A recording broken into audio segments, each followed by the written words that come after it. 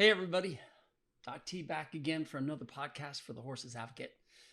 And I did a podcast recently about the personalities of horses. And I want to do an extension of that, not to talk about personalities, but going back to dentistry and why I don't automatically drug horses.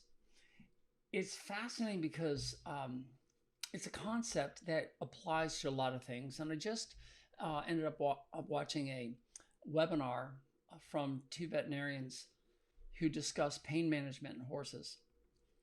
And again, I found it fascinating. So the title of the podcast here is The Threshold of Pain.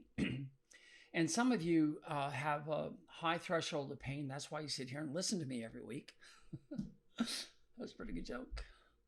Or maybe you have a low threshold of pain. You've already hit the delete button and moved on to some other podcast. I get it. But threshold of pain is an individual thing. I always tell people when I'm in a barn, I ask them, if I put a pebble in your shoe and I put an identical pebble in your friend's shoe, and I ask you both to start running, one of you is going to start crying because it's painful. It just hurts so much. You can't run at all. And the other person is going to say, what's the problem? It's just a pebble. You can easily manage that. Let's run. And they're identical pebbles, but two different people. So this concept of the threshold of pain is so important to understand in horses. And pain can be both physical and mental. So let's just talk about the physical for a moment. The number one reason why horses object to having their teeth floated, for instance, is that it hurts. And a lot of practitioners will go to sedation, and the sedation just doesn't seem to help. The horse keeps fighting because sedation doesn't take care of the pain. So it's like drinking whiskey when you've got a headache.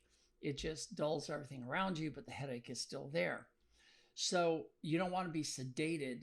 You want pain medication. You want some acetaminophen, some aspirin, or something more potent like morphine. You just want to dull the pain so you can move on with life. Now, I know when my son was in the hospital with a very, very painful abscess in his spinal cord, the nurse would come in and ask, what's your pain threshold? What level of pain on a scale of 1 to 10? And hospitals are required by law to ask this question and then administer painkillers according to the person's response. And my son would constantly just say, on a scale of 1 to 10, it's a 14. And they would just get the big guns out and they would drug him, and it would last for an hour, 2 or 3 or 4, and they'd recycle it until his abscess took care of itself. So when you give pain medication, you're now able to do the work or do what's needed. All of us have woken up in the morning either with a stiff back or a headache, or the horse stepped on me yesterday and I can barely put my boot on this morning. Whatever the source of pain is, a lot of us reach for painkillers, and thank goodness we have these painkillers available to take care of the pain. And almost all of them work on one of two pathways. You've got the non-steroidal anti-inflammatories, which work on a pathway called the prostaglandin system, and they're antiprostaglandins. And this pain cascade will have several areas where, maybe butazolidin is going to work here, and flunixameglumine is going to work here, and whatever the other one is. There's so many different painkillers out there that they can work on different parts of the pain cascade, and they're called COX-2 inhibitors. And apparently somebody's calling somebody. Don't worry about that. It's my wife. Anyway, no, I mean, somebody's calling her. I'm not ignoring my wife. Really, trust me, I'm not. So she's in the other room. I know where she is. She knows where I am. I'm recording this for you. Anyway, so we have the COX-2 inhibitors, the prostaglandin pathway, and blah, blah, blah. Not that you really need to know about it, but these are called non-steroidal. In other words, they're not steroids that block pain. And then you have the steroidal anti-inflammatories, which are things like cortisol, hydrocortisone, whether it's a cream or something that you take, prednisolone, dexamethasone, all of these are steroidal, and they work on a whole completely different pathway.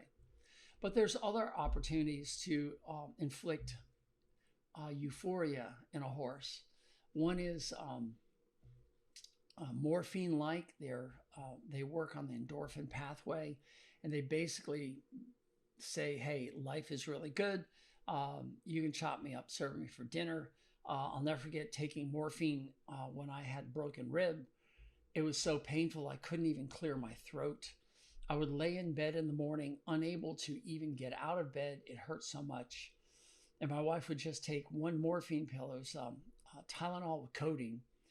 And she'd slip it into the corner of my lip, and a little bit of water and down would go. And I knew that they work by blocking the pain on the most distal part of my spine.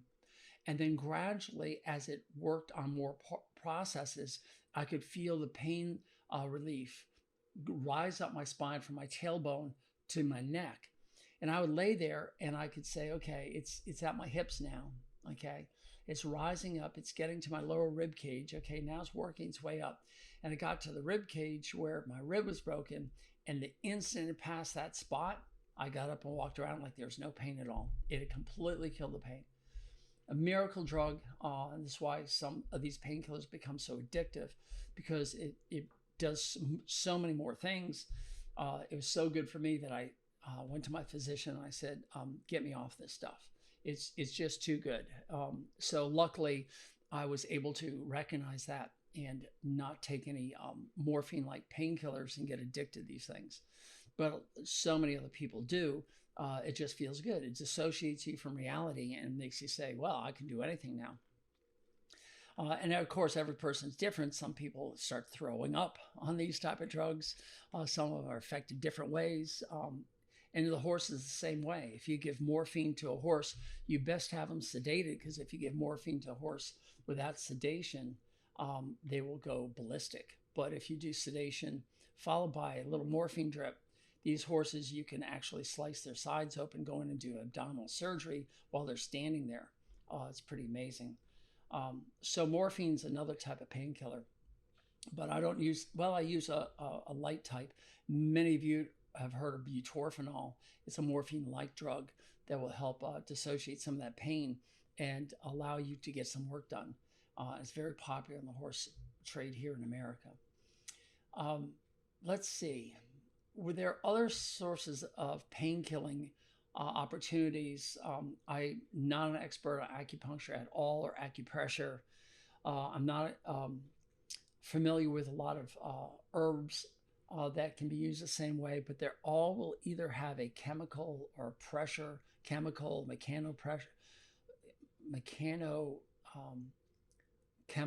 reaction, but they're all basically trying to alter the flow of electrons from the source of pain to the recognition of the source of pain. And then, of course, you have phantom limb pain, which is interesting because those people who have amputations, the cell body is still alive, doing well. Just the end of the cell body has a dendrite, or a tentacle, if you will, that goes all the way down from your brain, all the way down to the missing part. And your brain thinks that it's still there and will give you all sorts of senses. It's called phantom limb disease, which is pretty interesting because if you want to read a cool book on it, it's called Telltale Brain by V.R. Ramachandran. And I've read it a couple of times. It's just fascinating. His claim to fame was he found a cardboard box, and he took these amputees, and they would put one arm, there's my arm, he would put one arm in there in the box, and he would put a mirror up. So this mirror would, in our eyes, see the mirror image on the other side. And our brain would start to say, oh, there's the other hand. There's the limb that I'm missing, my arm, my fingers, whatever. And over time, they could train their brain not to feel that anymore. They would say, oh, I'm feeling it. I see it. I'm making the connection, but it wouldn't be painful anymore, because they'd say, well, it's all whole. It's good. So the brain is really involved in pain. And there are painkillers that will work locally, like lidocaine, an injection that basically numbs the nerve. And then there's painkillers that work on the brain, such as opioids, that go in there and shut down the cell body and makes certain things unavailable for recognition. So that's painkillers in a nutshell. And these two veterinarians, one was a field veterinarian, the other one was a hospital veterinarian. They both had ideas, but they were both different. Such as the hospital veterinarian had more access to more drugs and really didn't care about what medications they were using, in spite of the sport that the horse was in, whereas the field veterinarian had to be aware of withdrawal times, etc., and what the rider could do on the horse with or without painkillers. But the fascinating thing about painkillers is it's supposed to stop us from doing something. It's supposed to shut our bodies down so we can heal. And so pain has a valuable purpose, which we can't recognize when we have a migraine that's occurring, which we can't recognize when somebody stomped on their foot. What do you mean I can't walk? I've got work to do. I've got stalls to clean out. I've broken ribs. Just give me a little bit of bute and let me keep going here. By the way, if you do take butazolidine for broken ribs or menstrual pain, be very careful of that. I'm not advocating that you should use this animal drug, although I've known so many people who have. But if you abuse it, you will burn a hole through your guts, your colon, possibly your cecum, and you can bleed out and die. So don't do it. I will admit to you that I did 1/4 pill or 1/4 gram of bute once when I was in my 20s because I was in so much pain. And that pain left so fast and was so permanently gone that it blew my mind. I couldn't understand it. And I said, I'll never do that again, especially now that I know what bute can do to your guts. Another experience I had with pain was I had aching pain in my left arm from my elbow down, basically my left forearm. And it was so painful. I was taking 6 to 8 Tylenol a day just to make it through the day and floating horses. It was so painful.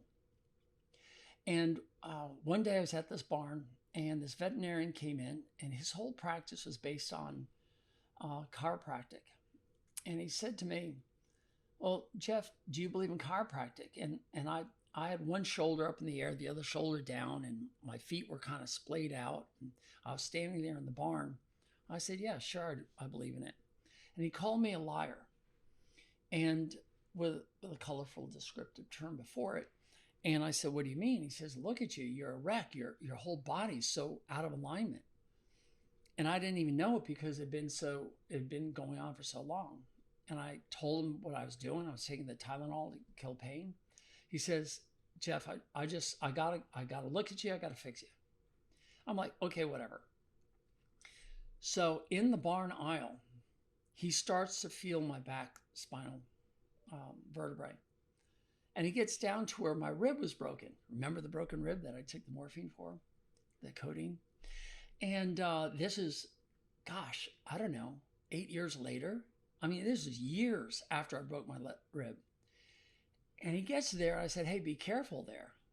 He says, why? And I told him that's the rib I broke. It's on my left side. Years ago. Nowhere close to my left forearm. He starts jumping up and down in the barn. I found it. And I'm like, you're nuts. And he takes his fist and he presses on my back and then jerks his fist forward into my back and he pops my vertebrae or my rib. My rib was not in the socket where it's supposed to be. And I coughed and sputtered and almost fell to the ground. I said, what did you do? And he said, I just fixed you. I'm like, okay, yeah, sure, fine. Arm still hurts. The next morning I woke up and I felt like a freight train had run over me. I mean, I was just flat out unable to move. But my left arm didn't hurt anymore. And I was like blown away. And once I got up and started rolling, it took a day or two, but that pain was gone. And now we're here, let's see, over 20 years ago. Over 20 years ago. I've never had that pain in my left arm ever again. Wow. So there's a whole bunch of people believe in chiropractic adjustments to get rid of pain. And I'm to this day convinced that if you find a very good chiropractor who understands things, they can make amazing changes. We've heard all the stories, and it's possible. I've never studied chiropractic medicine, but I know that if things aren't in the right spot, it's going to hurt. So chiropractic is another form of pain management in horses. But for dentistry, I don't use chiropractic. Everyone tells me about the temporomandibular joint and how that's not working. And I counter that. I should do a whole podcast on the temporomandibular joint, which I think I will. But usually, 99.9% of the time, pain in the mouth is from sharp teeth scraping the cheeks and creating an ulcer, an abrasion inside the mouth that for some horses are painful. And this gets me back to threshold of pain, which is the topic of our podcast. I tend to wander, but sometimes it's fun. Because when it comes to a horse and their mouth, they either are completely numb or they're completely sensitive and unfloatable. And most horses lie in a position between those two extremes. And this is why I can float 93% of the horses I see. And for you guys who are math challenged, that means if you give me 100 horses, I'd be able to do 93 of them without medication, and I would have to medicate 3. And that's statistics for me year after year after year. But that's because of threshold of pain. Now, I don't know why some horses are completely numb inside their cheeks, but I can find them easily because their cheeks are shredded. They look like hamburger inside. They are rough. They're bleeding, everything about them. And I turn to the owner and say, so, your horse isn't giving you any problems on the bit, is he? And they're like, no, he's not at all. I'm like, well, that's because his threshold of pain is so high, he doesn't feel anything inside his mouth. So floating horses' teeth on some of these horses is like, who cares? Whether you take the pain away or not, they're going to ride the same. They're not going to notice any difference. Then I have the one that has a very small pimple by 1 point, usually in the back left upper cheek tooth. It's almost always that way. Don't know. Most horses chew one-sided, just like you chew your food on one side, and they sharpen one set of teeth, and almost inevitably, it's the left side that gets sharper than the right. And in this case, it's usually the last upper cheek tooth on the outside of the cheek that gets razor sharp, digs in, creates an ulcer, and the horse is either unrideable or screaming, hey, give me some drugs. I can't stand this. You're floating my teeth. I'll let you float anywhere else. But you get up there, forget about it. So those are really sensitive horses. They have such a low threshold of pain, it barely registers on the threshold scale, if there is one. And then there's another source of pain that we often forget, and it's called vibrational. Vibration just means the float is running over the teeth and it vibrates. And that vibration just is intolerable in some horses. And these horses have to be automatically medicated every time I do them. I just had a horse last week that we'd done several times, and each time the horse got worse, not better. Each time they were floated, we marked sensitive, difficult. And this time I just said, this horse is really connecting hard with me. He really wants to let me know that it hurts. He trusts me.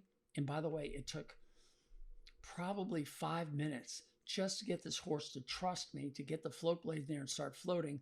And he says, I'm working really hard with you, doc, but I don't think I can do it. I gave him pain medication. Within 5 minutes, I was floating the horse. He was just standing there just fine. In fact, he was so grateful because the sharp edges were gone and he didn't have any problems afterwards. It's not like a residual pain. It's just in the process, it kind of bothers you. I think of it as similar to somebody hitting your funny bone, which is that nerve that runs around the corner of your elbow. And if it hit just right, it's like an electric jolt that goes through you. Just, I can't stand it. Don't do that again. And you have to shake it off. I sometimes equate it to that. and I'm not too sure if that's accurate or not, but these horses hate the vibration, so he killed the pain for the vibration. Now, if you had sedated that horse would never respond positively. He would continue to fight, and that's when they get more sedation to the point they fall down, still fighting because you're not attacking the problem, which is vibration in the teeth. So taking care of the vibration, and the horse is fine. And these horses, the owner knows it, I know it, and we come there and we look at each other and we say, we're going to sedate this horse, right? Or medicate this horse. I don't like to use the word sedation. I like medicate. And the owner says, absolutely. It makes all the difference in the world, this horse. So the people are willing to pay the extra money to get the horse medicated because now it's a pleasant experience and the horse does well. Unfortunately, medications have to be administered by a veterinarian because sometimes they're controlled substances, and all of them are on the use of or by the order of a veterinarian. And most non-veterinarians can use them. Non-veterinary dentists can't use these drugs. Somehow they get a hold of just sedation, like dormosinane. They put dormosinane gel in there. The owner does. And that's not touching the pain. This is why I don't use dormosinane. Dormosinane gives no pain medication inside the horse's mouth. Only xylazine, if you want a sedation. Xylazine has potent pain-killing properties everywhere in that oral mucosa, including the mouth. Everywhere in the mucosa, including the oral mucosa. But it also helps for colic as well. So that's my little ditty on pain medication, threshold of pain. I medicate horses if there's going to be pain, like an extraction of a tooth, vibrations, and other physical reasons why the horse doesn't want to cooperate. And oftentimes, after that pain is removed, subsequent medication is not necessary because the cause of the pain has been removed. Now there's also mental pain, and mental pain is pretty interesting. Mental pain falls into a category of the mind not thinking, but going to the emotional thought and fixing things emotionally. So the pain killing helps with that because the pain, physical pain, is tied to the emotional pain. And I have a lot of horses that are anticipating pain. So they think you're going to a spot that's going to hurt them. And so they start to react. But then they say, oh, I've had some painkillers, so it's no big deal. I don't feel the pain anymore. So I can go ahead and continue on with the procedure. That's great. That's where painkillers work. But then there's some horses that have a mental scar. A lot of times horses see me and they see a man and they see a veterinarian, and that's 2 strikes against me, and all they need is one more reason and they will, annihilate me. They'll send me to my maker. And I have to go to these horses and repeat what Robin Williams told me a long time ago. And I know a lot of you aren't watching this on video. You're just listening to me, but listen, I'll describe it. When it was Robin Williams' movie, RV. I love that movie. If you don't like to laugh, don't watch it because you'll laugh so hard you'll fall on the ground. But in the middle of a rapping that he was doing, where he was trying to impress his boy by rapping with these 2 guys on the basketball court, he sticks his hand up, a palm toward you. Let me see if I can do this. Just like this. Okay, so he sticks his hand up, and like a stop sign, like a police officer or construction guy saying, hey, stop, hand up, palm facing him. And he says, talk to the hand. Now, what this represents is there's a story that the horse has. I don't like men. I don't like vets. And therefore, I don't like you. And I'm saying, talk to the hand. I'm not really interested in your story. Then Robin Williams did something that I will never forget. He flipped his hand, so now the back of his hand is facing the person who's talking, and the palm is facing me. And he says, call waiting. Talk to the hand, flip, call waiting. Talk to the hand, flip, call waiting. The horse doesn't like men, doesn't like vets. Flip the hand, call waiting. I'm not that man. I'm not that veterinarian. And there are multitudes of horses that are smart enough to say, okay, I'm willing to give you a try. Now, all of you girls out there who've dated men and found out that that man might not have been the right guy, you have a choice of saying all men are bad, or you can say those men were bad, and I'm willing to give you a chance because I'm looking for something in a connection. So I'm going to say call waiting on my story, and I'm going to listen to what you have. Now, you may flip, the hand or the fingers down or whatever pretty quickly, but that's not the point. You're offering a chance, and I try to offer these horses a chance to connect with a different man, a different person, a different veterinarian. And I give them the opportunity to understand that I'm listening to them. And 9 times out of 10, and it's probably even greater than that, these horses suddenly say, huh? What? This is new. Hold on. Say that again? You really want to listen to me? And then I'll go in with my float blade and I will start to take off some of the edges. And I'll stop and say, what do you think about that? And the horse is like, with his tongue, it's going back and forth. He's shaking his head. He's dropping his head. He's got this look of bewilderment on his eyes. But he's like, holy moly, man. You just took care of the sharpest part of my mouth and it's gone. And I say, well, can I do a little bit more? And they say, yes. And they go in and do a little bit more. And then I do a little bit more. And then I do a little bit more. And with each passing moment in the process, the horse more and more becomes a friend. Even though there's physical pain, they know that the process is going to remove that pain. And they can enjoy pain-free movement. Now, this is going to require 2 things. 1, a horse willing to think. And we know that some horses aren't willing to think. Some of them are felons. I get it. But most horses are willing to think. But it also requires you to change your attitude and stop rushing in and saying, shut up and stand there, I'm going to do this. And change your mind and say, you know what? I know that you have a painful scar in there and it doesn't take drugs. It just takes a connection with you and understanding. And in no time at all, you have this horse in your pocket. And I can't tell you the number of horse owners that when they see their horse have a paradigm shift of, I can't stand you, I don't trust you, I don't like you, I don't want anything to do with you, I'm about to kill you. And in 30 minutes you're my best friend, don't ever leave me, when are you coming back, I love you. And we see this over and over and over and over again. And it makes me beg the question, why would any horse professional just automatically drug a horse and miss this opportunity to see the benefit of what you can do to these horses? Yes, it takes time. Yes, you have to prove yourself. Yes, you have to make the connection and get the horse on your side. And you have to get on their side and you have to have mutual respect for each other. But when it happens, it's worth getting out of bed in the morning. Because otherwise we're just getting out of bed and we're looking at our, number of horses we have to see today and thinking about how you're going to meet a date that night and have no respect for the horse. And you get angry because you're being frustrated because your expectations is that you want everything to go smoothly. And because your expectations are set and firm, the horse isn't on the same page and you have a disaster for that day. You have extra sweat. You become exhausted. You do things that you don't want to do. You say things you don't want to say. The horse ends up hating all men and all vets or whatever. In reality, if you just taken the time to say, okay, I'm listening and I want to build a new story, I'm not that person anymore.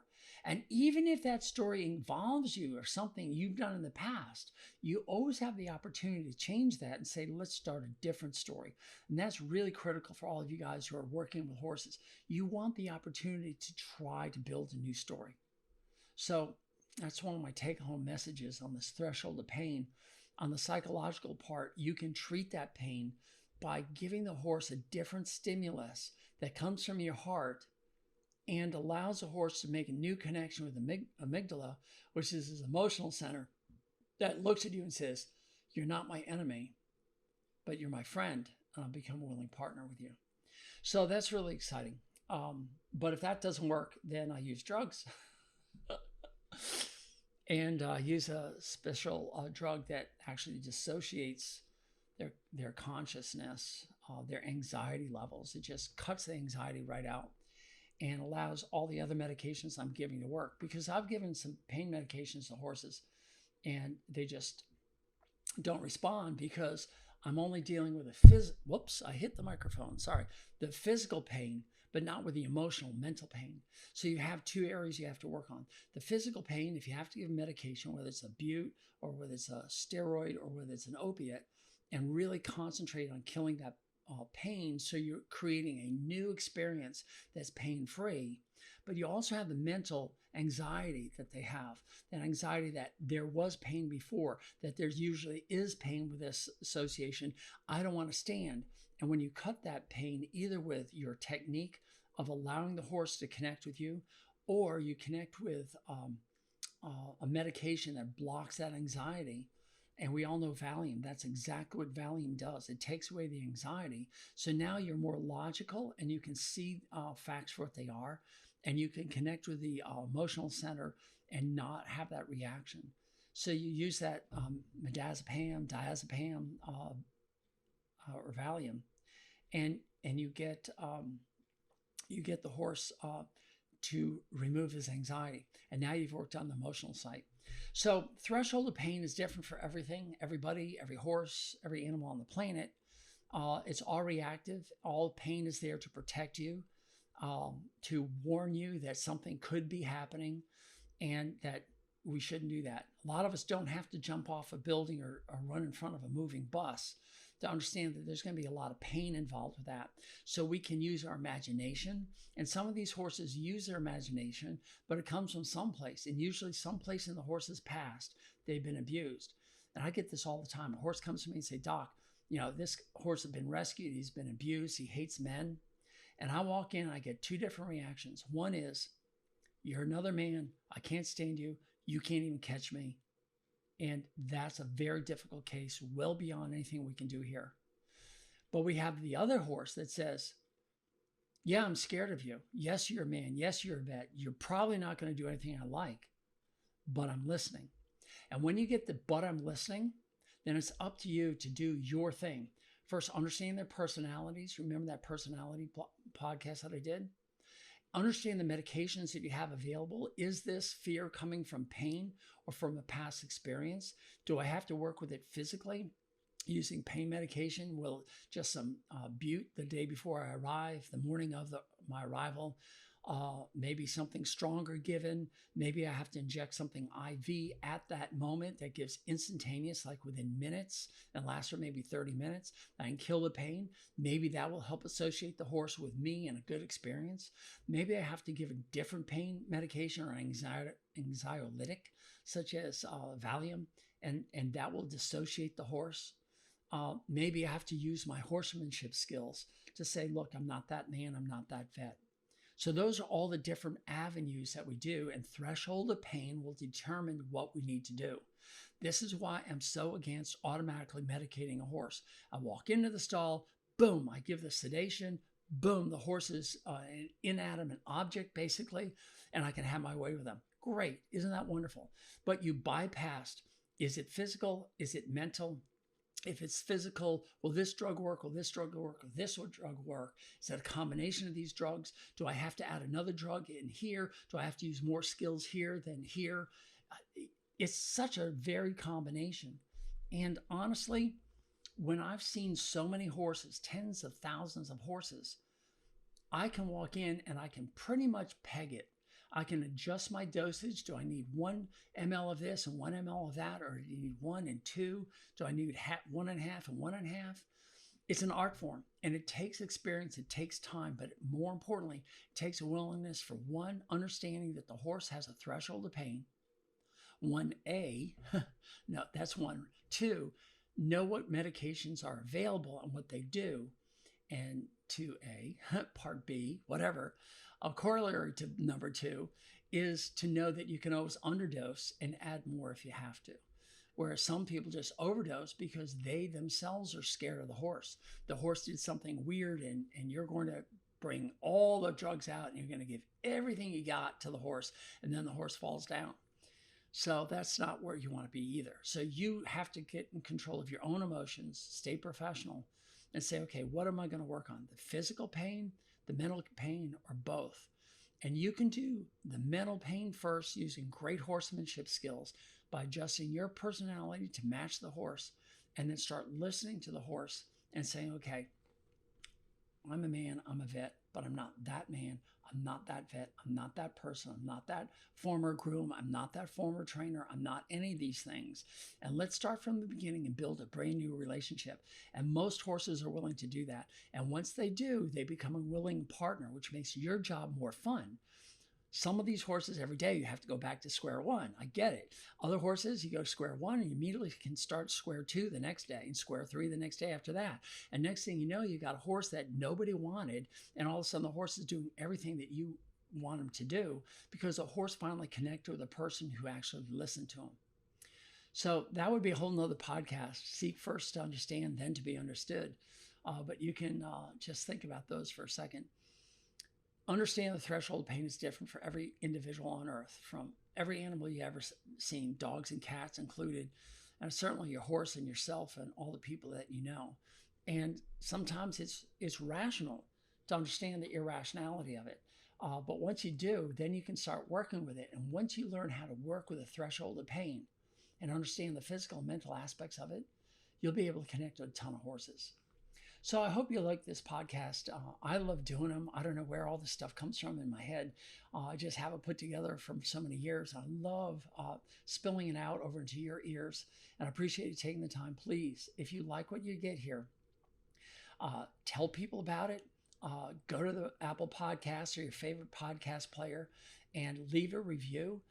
Give it 5 stars, Don't give me anything else. I don't want anything else, just 5 stars.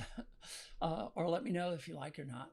And please consider becoming a member of the Horses Advocate, where members have their opportunity to actually leave comments on these podcasts, leave comments on the forums, become part of the activity feed, become part of the solution, not just the receiver information, but the giving information to share with other people what's worked for you.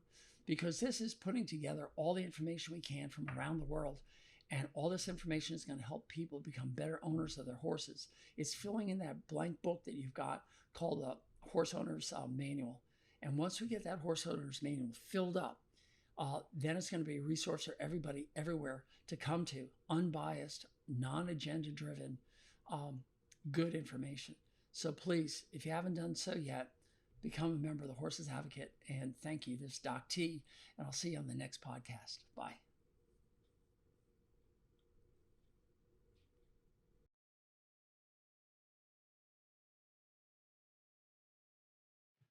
Hey everyone, Doc T here. Thank you for listening to my content. Would you do me a huge favor?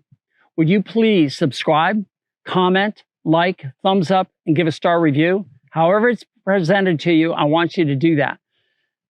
There are 2 reasons. The first, of course, is to improve this product. This way I know what you like, what you don't like, what I can improve upon, what topics you want me to cover. But more importantly, it's also going to help others find me. And by doing that, you are now engaged in this mission of helping horses thrive in a human world. By you helping, we can reach others. And that I would be so grateful for. And remember, go to thehorsesadvocate.com for updates on this information. Thehorsesadvocate.com. And again, thank you so much for being here. Doc T out.